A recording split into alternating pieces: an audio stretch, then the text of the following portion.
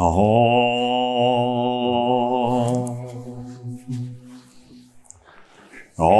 Sahanā-Vavatu, Bhunaktu, Saha Vīryam Karavā-vahai, Tejas Vinā Vadhīta Mastu, Vidvishā-Vahai. Om Shānti, Shānti, Shāntihi. Hari Om Tat Sat.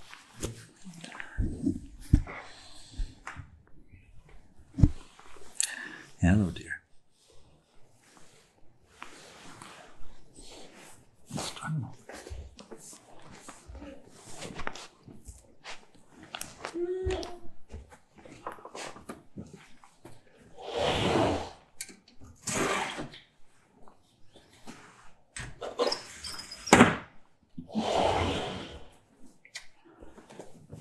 Okay.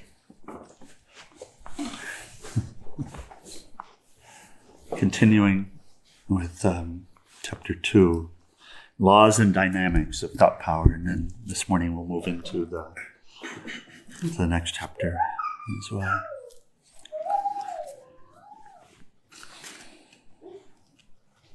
There's a beautiful contemplation here that Swami Sivananda shares about the laws of thought. He says, every person should have a comprehensive understanding of the laws of thought and their operations. Then alone can one live in this world smoothly and happily. He can utilize the helping forces to serve his ends in the best possible manner. He can neutralize the hostile forces or antagonistic currents. Just as the fish swims against the current, so also he will be able to go against the hostile currents by adjusting himself properly and safeguarding through suitable precautionary methods.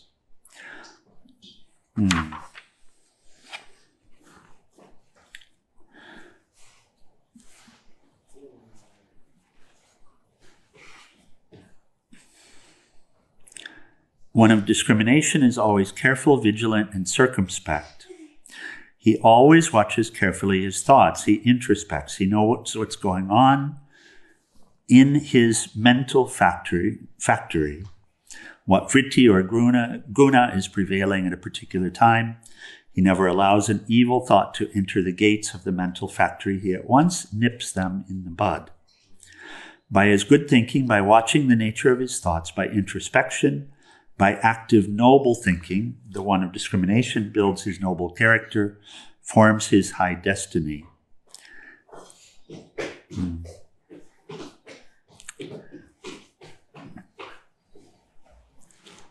He prepares himself to get always favorable circumstances. He who spreads happiness will always get such favorable circumstances as can bring him happiness. He who spreads happiness will get those favorable circumstances. He who spreads pain to others will doubtless get, according to the law of thought, such unfavorable circumstances as can bring misery and pain.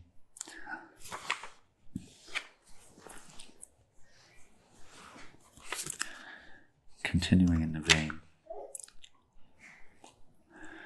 The mind which is attracted to objects of sense tends to bondage, while that which is not so attracted tends to emancipation. He says mind is a dacoit. Dacoit is an Old English word. Do you know it? Does anyone know it? A robber, a thief. A thief.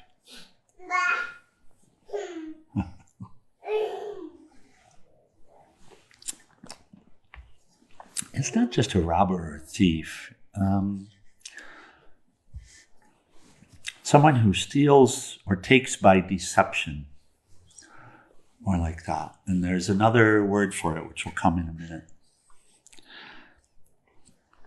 Charlatan is one of the words that comes like that. But it's through deception, specifically through deception. That's what's being implied.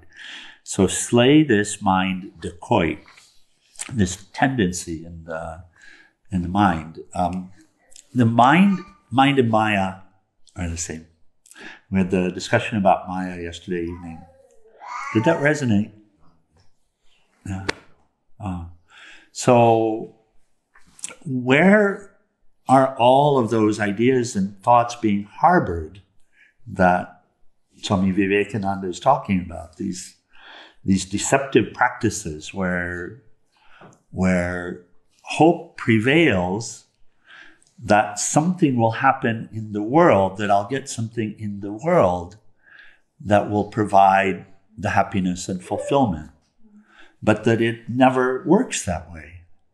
And we see it, but still it will hide that from us.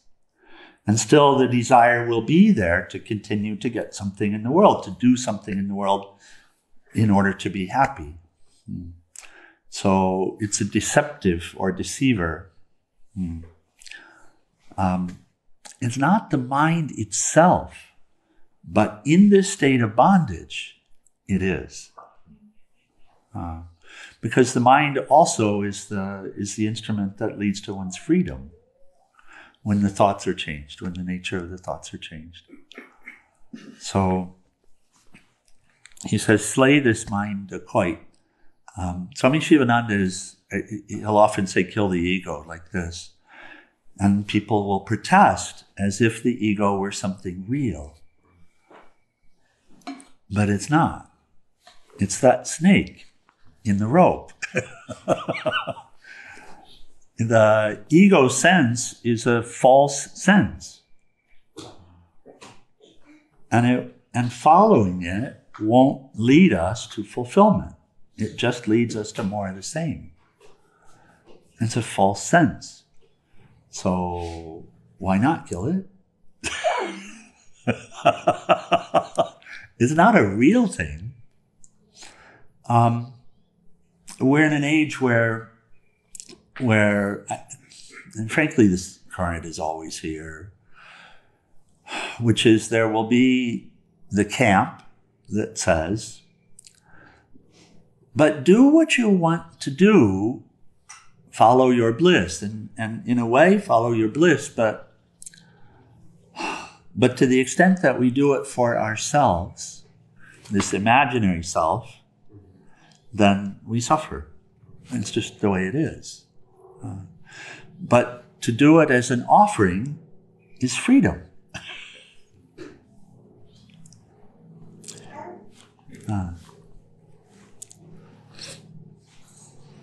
Okay, so then he talks about self-denial, which most people will really enjoy talking about. Self-denial is a means to the purification and refinement of the mind. Purify and still the thoughts. The layers of ignorance covering knowledge will not be removed without a calm mind. The subtle part of food forms the mind. Mind is manufactured out of food.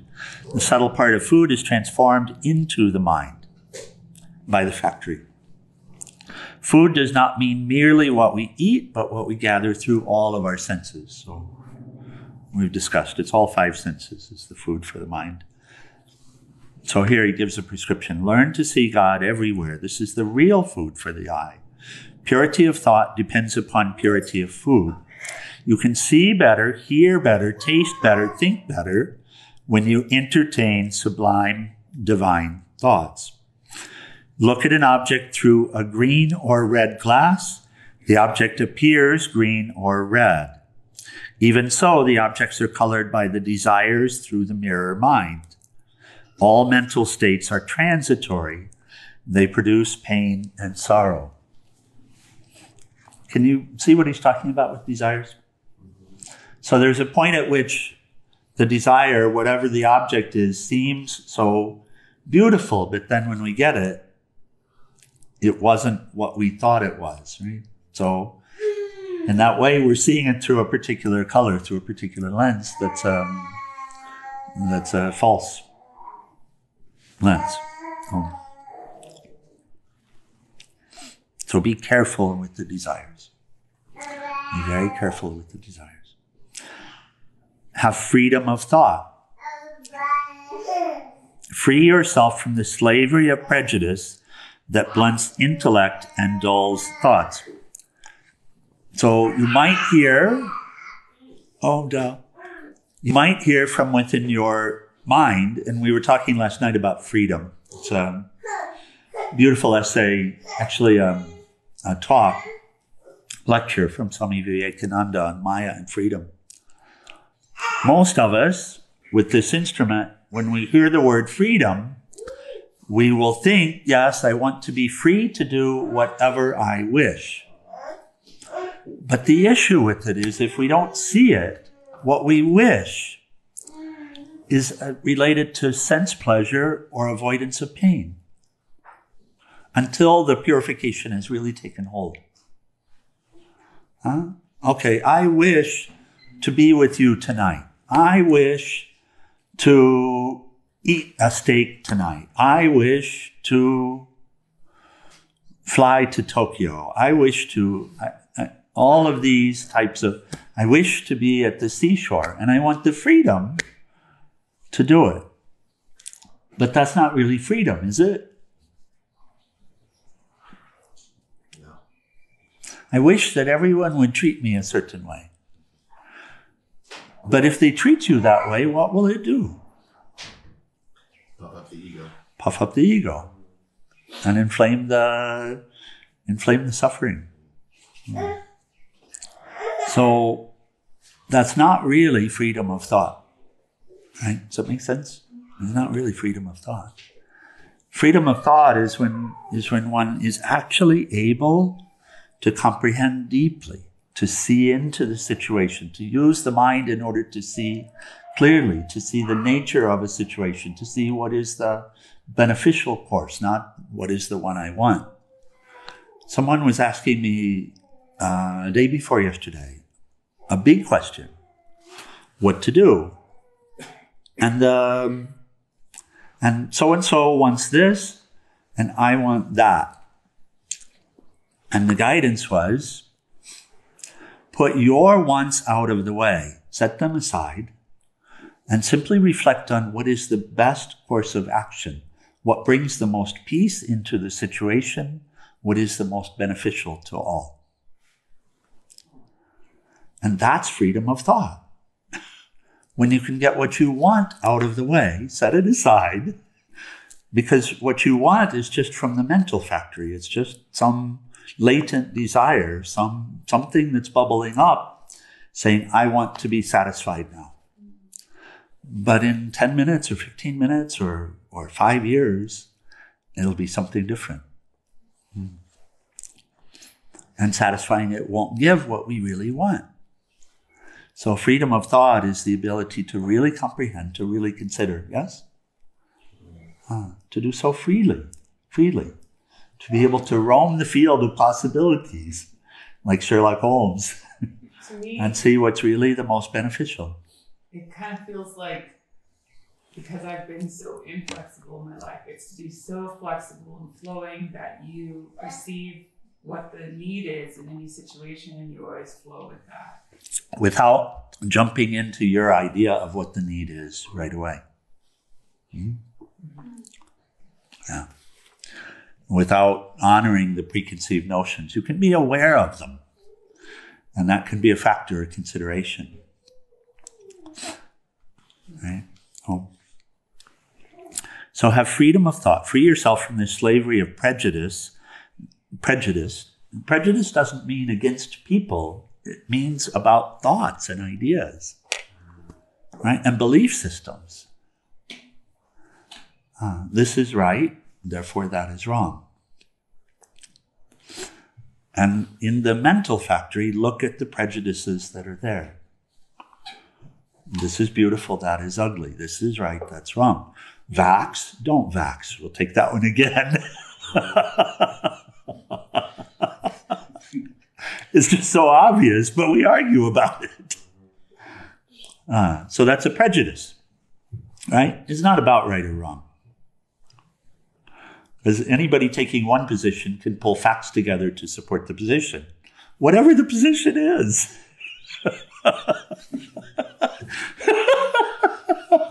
How to raise the child. Yeah, right? Formula, no formula. Well, right now, formulas on allocation, so that's not such a... Yeah.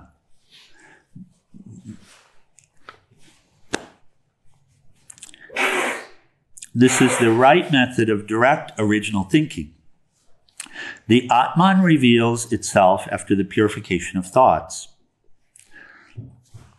The soul reveals itself, the I, the real I. Soul seems like a dead word, like it's a meaningless word. So in the teachings, we keep using we're given the word self, capital S, self, meaning the real I. The real I. That I that is calling us to rise up. So when you're free from the slavery of prejudice, this or that, and are able to accept this or that, then the intellect is more pure. Right? It's able to operate in a broader field of possibilities.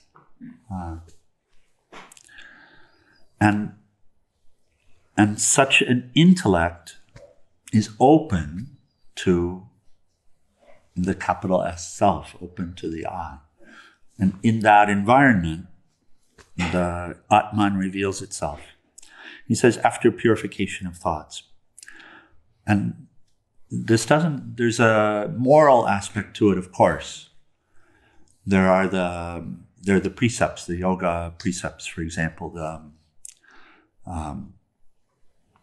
ahimsa and asteya and aparigraha and brahmacharya, etc., etc. There are these that are related to moral behaviors which need to also be in the thought nature as a part of purification.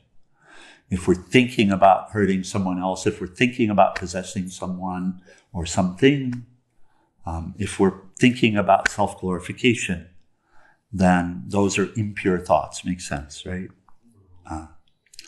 But also holding on to specific prejudicial ideas and notions. This is the right path. The other paths are the wrong paths.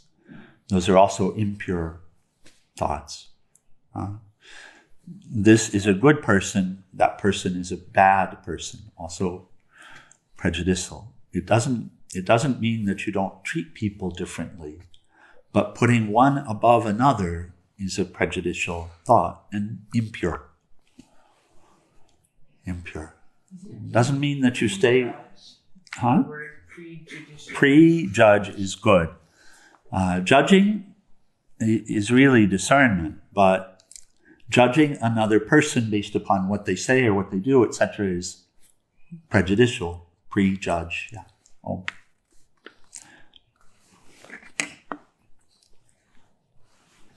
So, able to purify and to go beyond all of this, then the Atman reveals itself, the true self reveals itself. When the mind is serene, without any want, without any motive, without any craving or desire or thought, without any compulsion, and without hope. We talked about hope last night. Hope is a funny word. Swami Sivananda will use it sometimes and say, have hope, but only ever in conjunction with sadhana. Or faith-based movements. Movements towards the divine. Movements in the mind, in the character, towards the divine. He'll say, have hope. Usually he'll say, have faith. But hope here is this is our typical state when we're tossed about by the world and by our own desires and all of this, is that we hope there will be a better future. Right? We hear that word kartikeya with you a lot. Yeah. But that is an empty kind of hope. It's not born of any self-action or improvement or self-effort. It's really tamasic. It's, I hope that it gets better later. And the more we invest in that hope, the more it prevents us from doing the inner work that's needed now. And it's an idle one because nothing really ever changes unless you change your thoughts. It's like buying a lotto ticket. Right. Oh my God. God forbid you win big, and then you get friends coming out of the closet. You have a whole new set of problems. A whole new, it doesn't change anything. It doesn't change anything. Unless you change your thoughts, nothing changes. Can you tell me, is there like a substitute word you can say in your mind if you find yourself saying, I hope? Yeah. So this self-affirmation that Swami Sivananda gives is beautiful. Through the grace of the Lord, I am getting better and better every day in every way. So that's not hope. That focuses correctly at our own path, our own journey, our own self-effort, and our own progress. And if you don't hope, but if you know the way thought power works, what we're stepping through, if you know it, then you know what to do in order for the circumstances to be better. And so hope would be misplaced. Right? Let me set these kinds of thoughts away. Let me learn how to overcome these types of habitual thoughts, these types of reactions, and cultivate open thoughts, cultivate divine thoughts, cultivate uplifting, cultivate beneficial for all types of thoughts. She didn't hit hard, she's fine. Yeah. Yeah. So, like, if you would say, like, instead of saying, like, oh, hopefully the day goes well, think to yourself, what can I do to make the day go well? That's it. So in that way, hope doesn't want to be in the vocabulary. It wants to be a self-affirmation. I will make the day better. Yeah. Now, how can I do it? Yeah. How can I do it? Good. Thank you.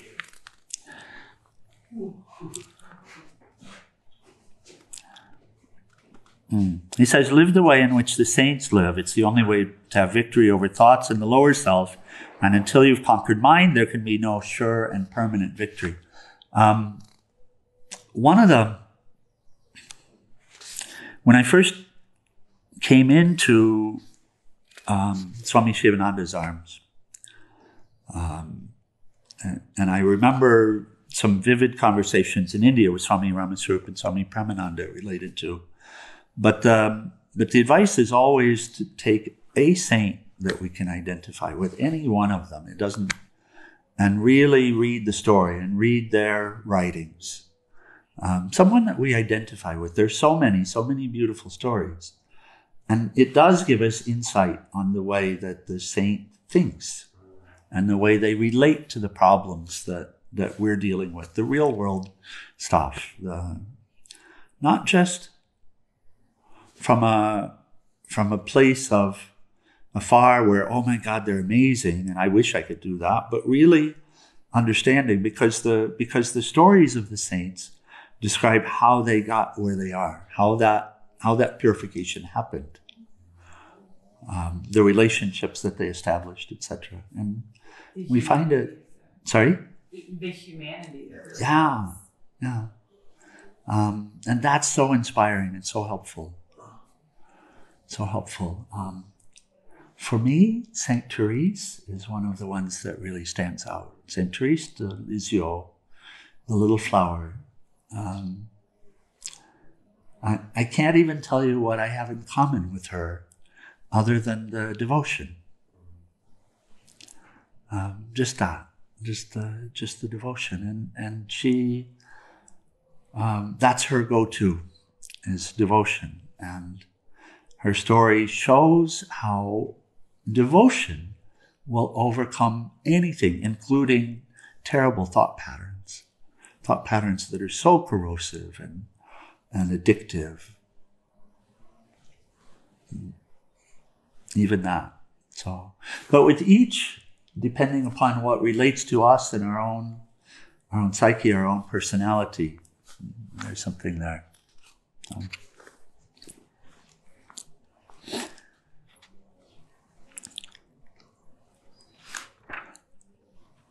Okay, we're going to move into chapter 3. Value and uses of thought power. So first is serve others by thought vibrations. The concept here is to use thoughts as karma yoga. He says a true monk or sannyasin can do everything through his thought vibrations.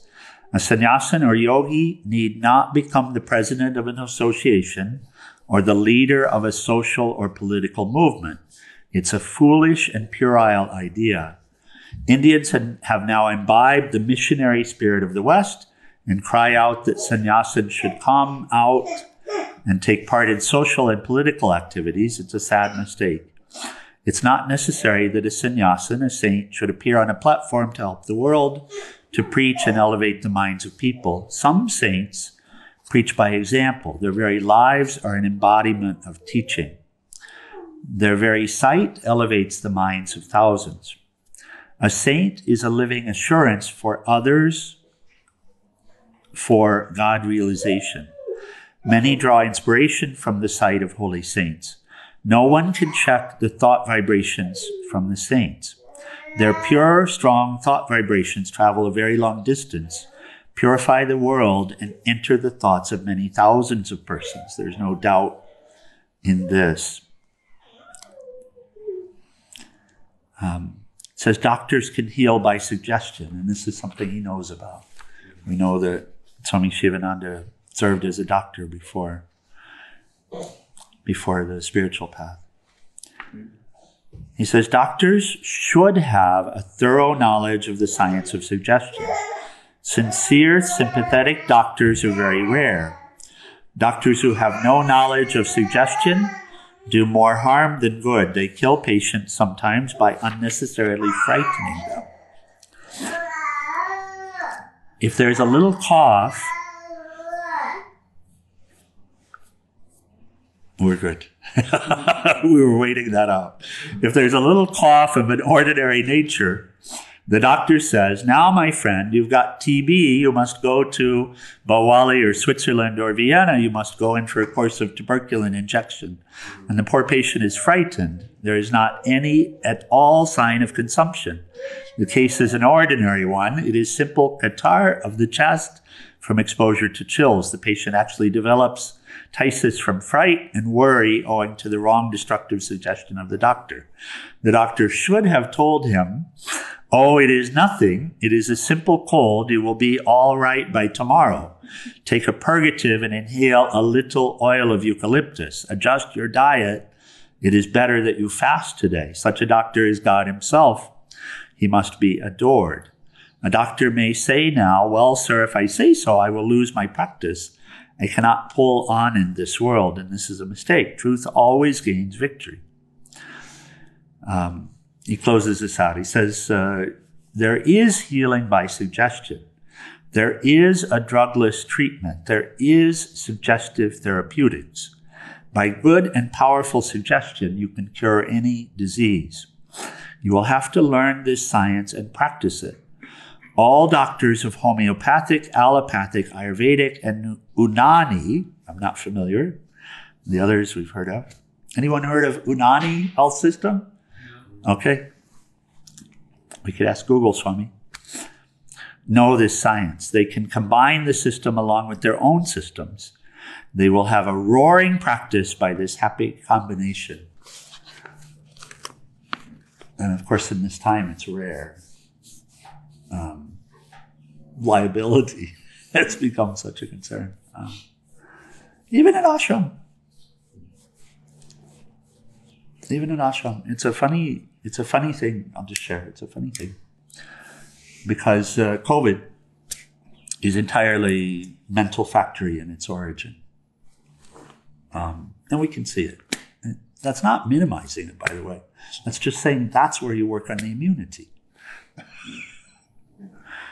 It's not the outer vaccine that might help. It might not. God knows. That's really according to your own karma. what that does. But it might help. It might help. But the real vaccination is in the thoughts. And it's always there. It's always there. But ashram is interesting because in the world, generally people who believe a certain thing will hang together. So, because they can't stand, they're so disturbed by their own minds that they can't stand being with someone who doesn't think the way they do. That's a terrible disease, isn't it? So limiting and debilitating. And that's COVID, by the way. That is COVID. That's what COVID is. It's born of that. But here at ashram, we invite people. We say it doesn't matter what you believe, as long as you're earnest and subscribe to the moral precepts and really commit yourself to bettering yourself, then come. It doesn't make any difference. You believe in vaccination, you don't. It's fine. Don't worry about that. In fact, don't even talk about it here. This is just a source of disturbance. Because now you're with people that believe something different from you. And you'll discover soon enough you can't work it out that way.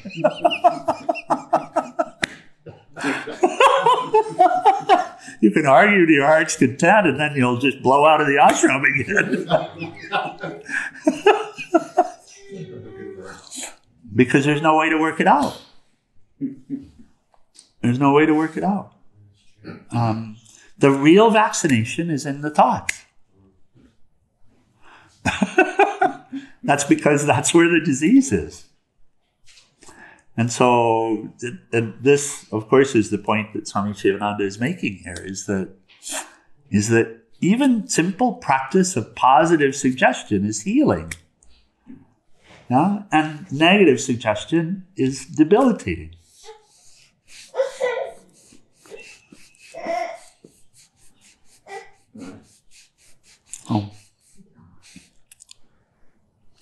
One of Swami Sivananda's essays,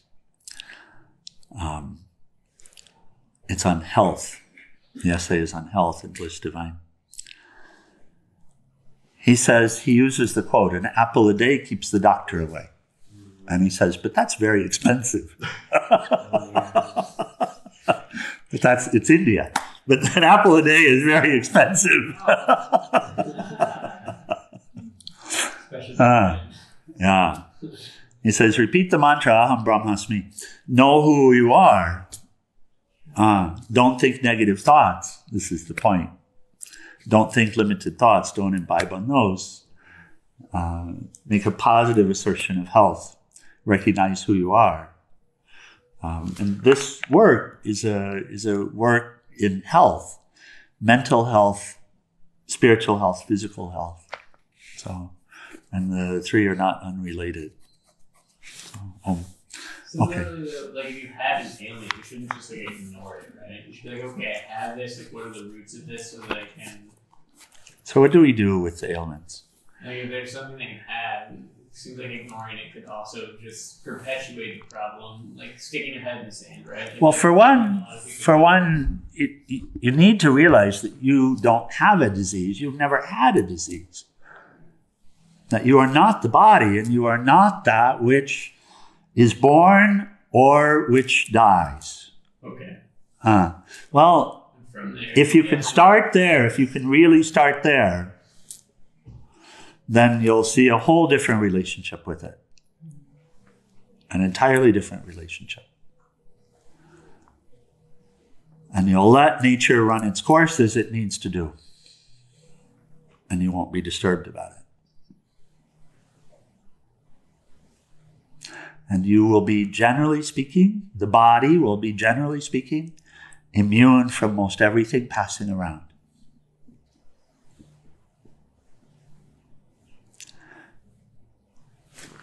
I'll tell you something. Swami, for COVID is in every one of the risk groups. Age, past lung disease, asthma, allergies, all of that. And by the way, Swami gets around. Swami is with everyone. Have you ever seen Swami avoid being with someone because they were ill? Have you, Hari? No.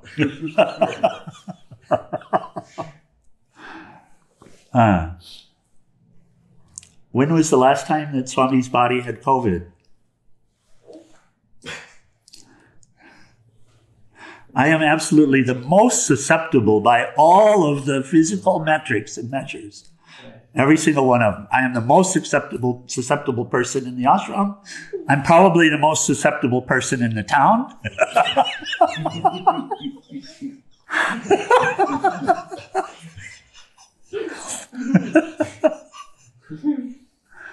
The real vaccination is thinking beneficial thoughts. That's the real one. Now, practically speaking, first thing to do really is to remind yourself, I am not this body. That is always the first thing to do when you're dealing with it. What we say first is say to yourself, I am not this body. Say to yourself, this illness is coming and it will go. And it's in the body, it's not in me. Start there. That's really the first step. For a yogi, that's really the first step. And now, from there, consider, ask inside, what support is needed of Mother Nature? What support is needed? Generally speaking, what you'll observe is in community, when support is needed, someone will come and offer it.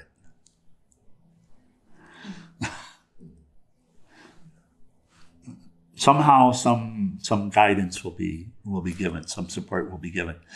And now, if you can't do that first, then get all of the care that's needed for the body. If you can't do that first, if you can't really step back and say, I am not this body, and allow yourself to feel it, then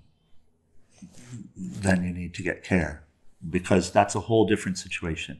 To be caught up in imagining that you are this body and imagining that you're going to die and that you're susceptible to this and that, etc., etc., it's a terrible state. Yeah. And then you better get help. All the help you can get.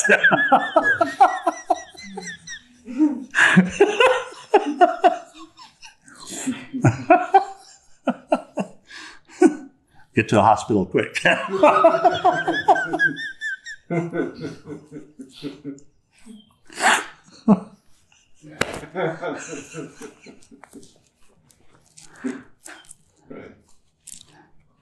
Because we don't actually want to minimize it. That's not what's happening here, and I have to be careful to say that. We're not trying to minimize it. We're not trying to say just go on about your daily stuff, thinking that you're the body. We're not saying that at all, right? We're not saying don't worry about it if you take yourself to be the body and if you take yourself to have something. Then, no, don't worry, but do something about it. Get to a hospital, get to an emergency room, have care. And of course, if you get a stake in the arm or something like that, which Swami did, then get to the hospital, get it stitched up. Don't run around saying, well, God will heal it, it's fine. It's only in my mind. It's the body, it's the car. It's the car. It's the car. The car needs help.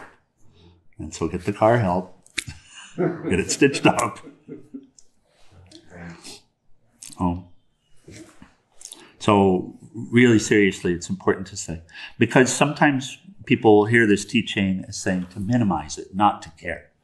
No, it doesn't mean not to care. It's far from that. Care deeply, care deeply. And to the extent that you can care about living in a way that's beneficial for all and really rising up in this, then that's the great vaccination. That's the great cure. home. So we don't say don't care. But we do say first thing, chant your mantra. Oh. Okay, we should close.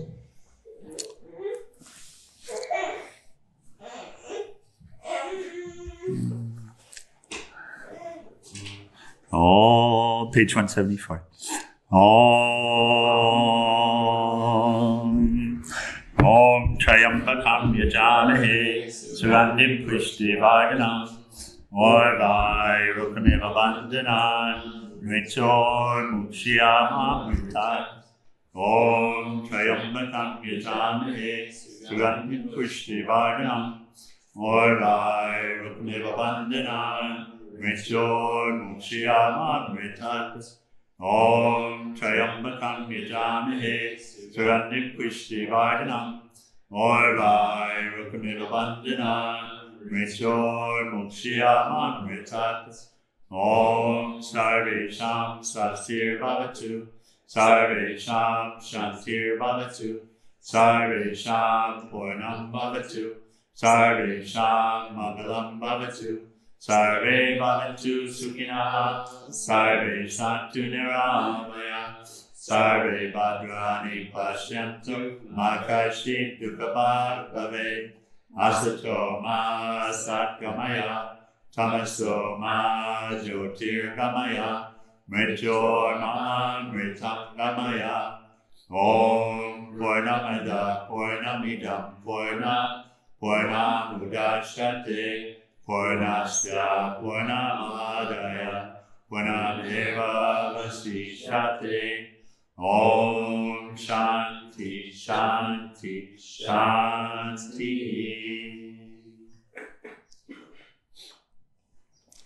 O adorable Lord of mercy and love, salutations and prostrations unto thee. Thou art omnipresent, omnipotent, and omniscient. Thou art Satchidananda. Thou art existence, knowledge, and bliss absolute. Thou art the indweller of all beings. Grant us an understanding heart, equal vision, balanced mind, faith, devotion, and wisdom. Grant us inner spiritual strength to resist temptation and to control the mind. Free us from egoism, lust, anger, greed, hatred, and jealousy. Fill our hearts with divine virtues. Let us behold thee in all these names and forms. Let us serve thee in all these names and forms. Let us ever remember thee. Let us ever sing thy glories. Let thy name be ever on our lips. Let us abide in thee forever and ever. On below Sacred Shivananda Maharaj Ki, and for all of the saints and saviors of all their traditions.